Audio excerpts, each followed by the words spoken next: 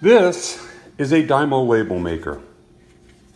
I got this one when I was 12 years old in 1968. I used to use it all the time.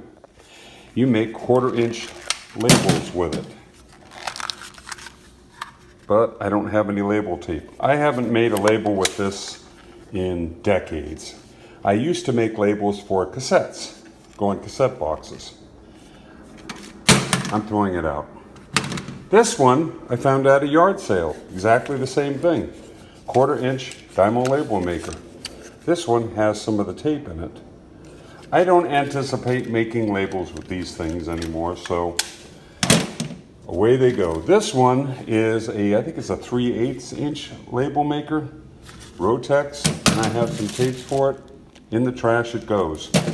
The neat thing about getting ready to retire and moving is assessing what you need and what you really don't need.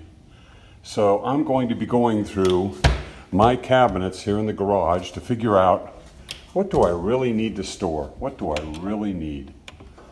And I don't need these anymore.